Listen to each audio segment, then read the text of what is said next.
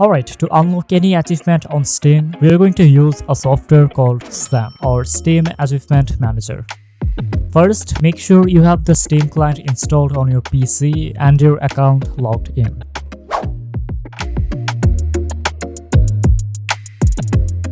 Now, to download SAM, you can just search it up. Make sure to enter this GitHub link and not any other unofficial links. I'll put this link in the description.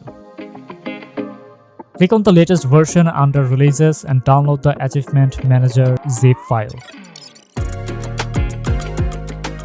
Unzip it and put everything in a folder.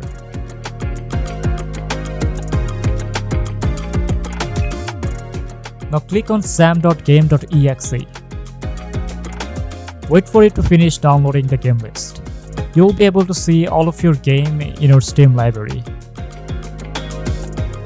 Double-click on the game you want to unlock the achievements of. You'll see all the locked and unlocked achievements here. Click on an achievement and click on Commit Changes and it will be unlocked. Now if you want to unlock every single achievement of that game at once, select Locked here and then click on Invert All Achievements. And then click on Commit Changes.